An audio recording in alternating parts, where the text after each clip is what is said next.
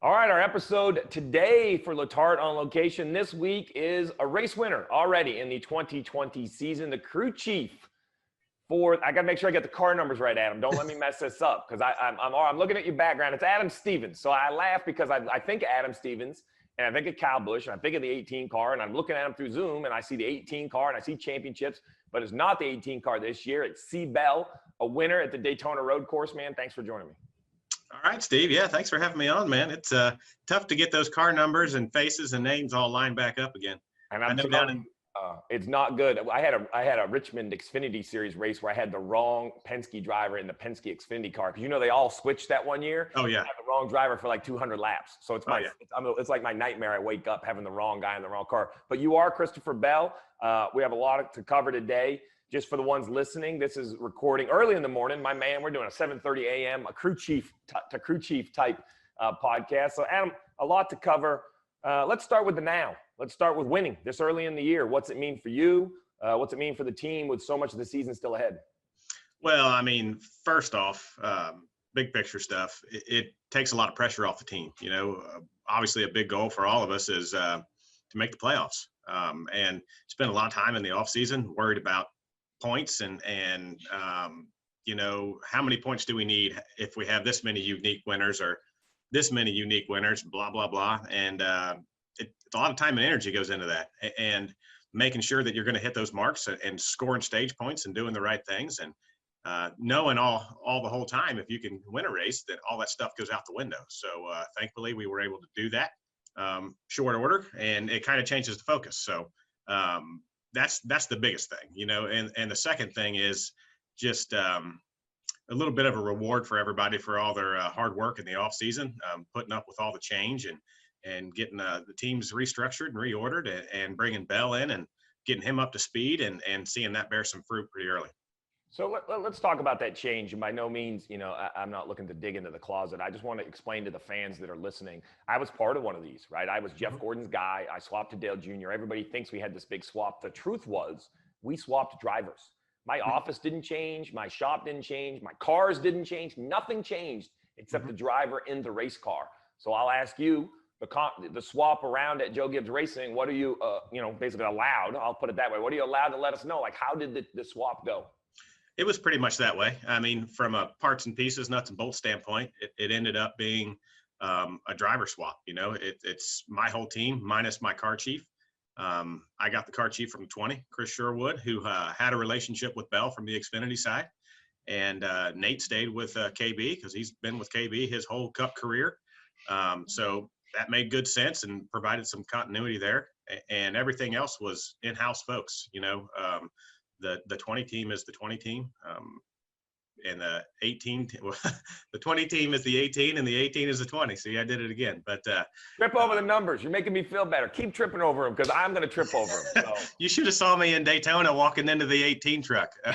I ran out of excuses why I was in there about the fifth time. I talked to everybody. I asked every question. I sampled what food they had, and I'm still walking in there and have no good reason why. Daytona 2011, I timed the 24 car. No joke. First run, first lap at Daytona, I'm like, oh, that's pretty good. And I'm like, oh, yeah, that's not my car. This is the dumbest thing. Just your brain. It's funny how it gets wired. So listen, I'm going to ask you a question, and yours is very different than me because your resume is unbelievable. 2 championships, 29 wins in the Cup Series, 31 in Xfinity. I mean, you have 0 to prove. I was joking before we got on. You have the best background ever. I mean, you have trophies for trophies for trophies, and you've earned every one of them. For me, only 10 wins with Jeff. When I got switched to Dale Jr., winning with Dale Jr. was a personal thing for me. This wasn't contentious this was me proving to myself that my Hall of Fame driver, Jeff Gordon, wasn't the only reason I could run up front. You have proven it for money, guys, so it may be a different answer, but what did the win mean for you personally to do it with Christopher Bell? And it's fair if the answer is nothing, right? I mean, you've won so much, maybe it's old hat for a guy like you. I don't spend a lot of time thinking about that stuff, but I was asked a similar question post-race, and it makes you think about it, I guess, and you're asking me again. So, after putting a little bit of thought into it, the biggest thing to me is, the process that I have developed with my guys and my team, I feel like is a successful one. And there was a long period of time that it wasn't really very successful. And, you know, a lot of those processes and thoughts and modes of operation are ingrained in you, and they would be really hard to get out, right? And we make this swap and make these changes, and continuing with the same people and doing the same work the same way, which we feel like is the right way. And lo and behold, you know, second race out, it's bearing some fruit. So that is what is rewarding to me, is that it's just a reminder that yes, you are doing the right things, and yes, as a group, we are doing them the right way. I love that. I love that. People, I don't think, realize just the repetition, the process. There's so many opportunities for the ball to be dropped, so many moving parts. The processes do matter. I want to talk about the challenge. You know, this question was asked for me. I was on the radio the other day, and shame on me for not asking guys like you, because I couldn't answer it accurately. COVID is a worldwide issue. It's affected so many people in so many awful ways. I want to just talk about your role.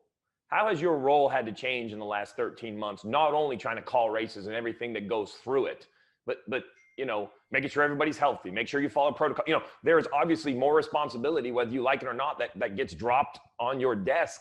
How has it been to try to manage that? And have you had to make concessions on car choices and things like that because of what the pandemic has done? Oh, absolutely. You know, when we got sidelined there, we were on our way to Atlanta, right? And when we were on the runway flying to Atlanta, it was all systems go, and there were just whispers of, you know, how big is this going to get? And when we landed, we didn't even get off the plane, and they told us to turn around and go home. We were going to have a one-day show. And then when we landed back in Concord, they're like, no, we're done for a few weeks, and we'll just see how it goes. So, you know, we're just talking an hour and a half, 2 hours, and our whole world changed, you know. Wow. And then we were, you know, home and having meetings and phone calls, and nobody had any answers. And, but, you know, fast forward to getting back to work, and you know, the whole entire shop is separated. You know, you're compartmentalized and screened. You have to get screened to even come in the building. And if anybody has the ability to work from home, they're required to work from home. So you don't see a lot of your engineers on a daily or weekly basis that you would normally see every single day. Now, and as we've gone, a lot of these restrictions have lifted some, but not all of them, you know. And it did affect car choice and preparation. And well, the big thing, they shut down the wind tunnels too. So, you know, a lot of our development and things that we had planned to do and execute and learn just got wiped off the table because they restricted the wind tunnel hours. So, you know, and that restrictions continued. So it's changed a lot of things. It changed how we prepare and physically, and, you know, how we approach the season and prep the whole season. So, well, that's great. That's great information for me. Great for the fans, I think, to hear. You know, everyone's been affected in some degree or manner, and I think it's great for the fans to hear. You know, it is truly everyone, right? From the race teams that they cheer on to everything it is. So from the here, from the now, from the wins, from the pandemic, from all of that stuff, let's take a more global view. I joke, but I pull into my house at times and pinch myself. I'm 41 years old, and I've worked in my racing my whole life. If I didn't work in it, heck, I'd have a late model or a this, or you were a dirt late model. Like, I don't know how we got so dang lucky, to be quite honest. So give me the nickel version, man. The kid from Ohio with a mechanical engineering degree started as a fabricator for Penny Enterprises. So everyone says, how do you get into racing? So I want your story. How did you get into racing? How did you say, you know what? Fabricator, Penny Enterprises. That's how I'm going to get going. And here you are, umpteen years later, a winning crew chief.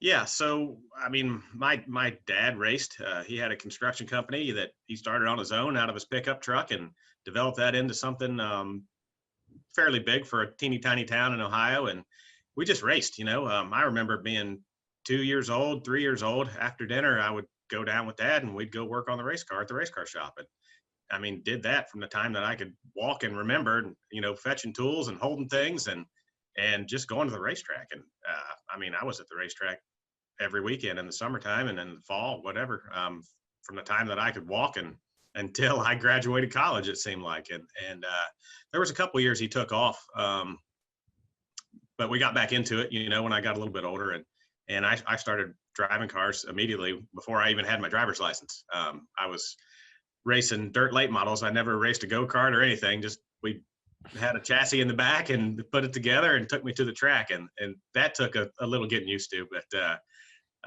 you know, and I went to college to get a mechanical engineering degree because I thought if I couldn't find a position in racing, that it would come in handy at the construction company.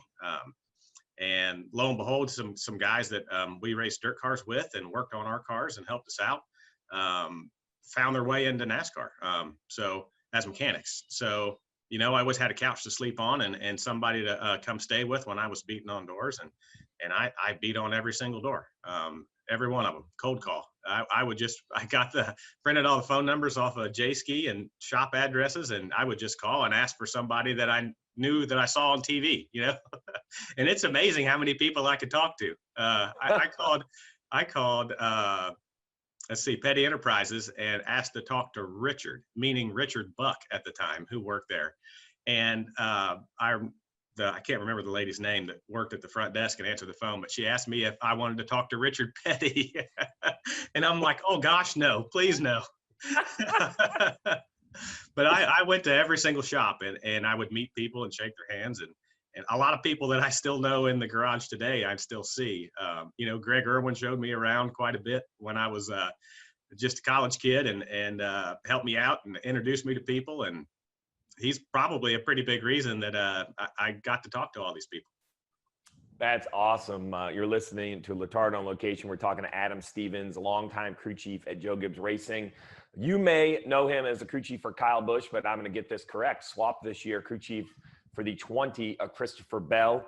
That's a great story. I mean, everybody has their own story. I got lucky, had an opportunity. You were hard work calling the phones. That's really amazing. I want to talk about kind of the transition. You're a two-time champion. You've seen the playoffs change. You've seen everything's happened. We've talked about the pandemic. Just talk about NASCAR in general. And I kind of move this forward. We have multiple road courses this year, a dirt race, a lot of one-day shows. Is it finally where nothing surprises you? You just sit back and say, let me have it, and whatever they come up with, we're going to go race? Yeah, it's weird. You know, I've been in the sport since 2002, and that was certainly a different time in the sport. You know, you had so many cars at the racetrack. They were sending cars home every single week. Xfinity Series, I remember them sending 10, 12 cars home, you know. Cup Series sending half a dozen anyway. And you know, as the economy had an issue there in 2008, and you know, it just scaled back everything. You know, a lot less fans, a lot less sponsorship. It was harder to put a car on the track, and living through all of that. And there was always talk about, hey, that they're going to really shake the schedule up. They're going to do this. They're going to do that. We're going to move it earlier. We're going to midweek races and all that stuff. And I mean, how many years did we hear about stuff like that, right? All the time. Yeah, Every year you'd hear something. And, but it was always, we can't because of the agreement with, you know, the tracks or with TV or, you know, so it's like it never got timed out right. And just these last few years have been a whirlwind of change, you know, probably going back to probably started around when Monster came in to sponsor the series. I don't know if that's just coincidence or if that's had anything to do with it, but yeah, we started adding new venues and you know, the midweek races I thought last year and the double headers and were all a cool test and it just keeps changing, you know, with all the road course events they're adding and the new tracks. You know, it seems like they kind of, once they dip their toe in the water, they just jumped in full force and really shaking it up, which I think is awesome. To me, I think it would be perfect if we only went to the tracks one time, you know, and had that many new venues. That's probably an impossible goal, but the more that they can mix it up and spice it up, the more it levels the playing field for young guys that have never been there, right? Because they're on the same field as everybody else. And it diminishes the value of the track tests and the tire tests, right? When you can only, when you don't get there, right? If nobody goes, then it levels that playing field. And it's just fun to go figure out a new place and be the first one to do it. Well, you're going to have some fun this year. Then we got COTA. We got the dirt at Bristol, Nashville. Road America, I don't know, I've probably not been there with an Xfinity car. I'm not sure your timing lines up, but a lot of different tracks. We went there a couple times. Yeah. Oh, see, so you're old hat when we go up to Road America then. Yeah, I know where the bathrooms are. That's a good start. Hey, listen, you got to start somewhere. That's good information at some of the new tracks you go to. We're talking to Adam Stevens, and for those that are listening at 7:49 in the morning, all right, people always ask, take me through a week, take me through this. Just take me through a day. What time do you get to work every day? What's opening bell for Adam Stevens? Yeah, well, it depends. If it's a school day, which most of them are, I like to be at home when my kids go to school, so I can see them in the morning, because there's a lot of nights that I don't make it home for dinner. And sometimes you always plan to, but sometimes you just don't. So I want to make sure that I see them at some point in the day. So I try to get here about between 7 and 7:30. If we need to be here early, we'll be here earlier, but generally every day is different. Mondays we have a lot of meetings. Tuesdays pretty much limited meetings and mostly a pure work day. And Wednesday is a lot of prep for that weekend. Thursday you're hopefully finalizing all your stuff. Maybe you're going to the simulator and running some more sims and trying to get it narrowed down. And today's Friday, I guess, and hopefully we're going to be loading late this afternoon, middle of the day. And but it's so weird. I'm still so used to the old schedule where the trucks left and we were flying out Thursday nights and you were loading Wednesday nights or Thursday mornings. I'm still used to that. I'm still trying to get used to this new schedule with no practice and leaving Saturday nights or Sunday mornings. But it's good because you don't have to have as many late nights because the trucks leave so much later. But all those things that you were only getting 80% detail on, with the more compressed schedules, you have a lot more time. So now you're getting up into the high 90s and really digging through a lot of details. And you have to, because you don't have practice to sort things out. So you have to really kind of, all those things that you would get close and fine tune in practice, you got to do it right here in the shop now. All right, well, I'm going to end. We talked about you, son of a construction guy that raced. So you have two sons. So just real quick, are they racers? Are they football players? Do they have any idea what they want to do? I get this asked a lot. My son's a football player, piano player, does race some. He kind of does it all. How about your two sons? Do you have some racers in the family, or what? I mean, if I left it purely up to them, I think we might. But they're kind of at the age too where whatever they're doing right now is exactly what they want to do. And when they put that down, they probably won't think about it or talk about it for a month. You know what I mean? So I'm trying to really ingrain in their brains that if racing's something they want to do, it's not something you're going to dabble in. You're not half in and half out. It's full bore. It's pull all the stops and you're going, and that's not something that they've really been exposed to in their own lives other than on the sidelines. But they're sticking ball kids right now, a lot of baseball, a lot of football. Right. We got our first tackle football season coming up with my oldest, and he is so pumped. And he's into it big time. Like every day we got to go run routes if I get home when the sun's out, and he's working out and running and doing all the stuff. So he's super pumped.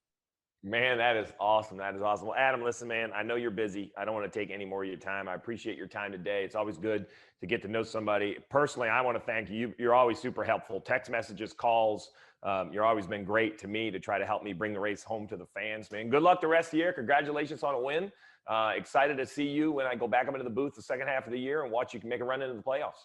All right, Stevie. Thank you, man. Anything you need, I'm there for you. Hey, motorsports fans, thanks for watching. Make sure you hit subscribe before you go for all the latest news and highlights across motorsports.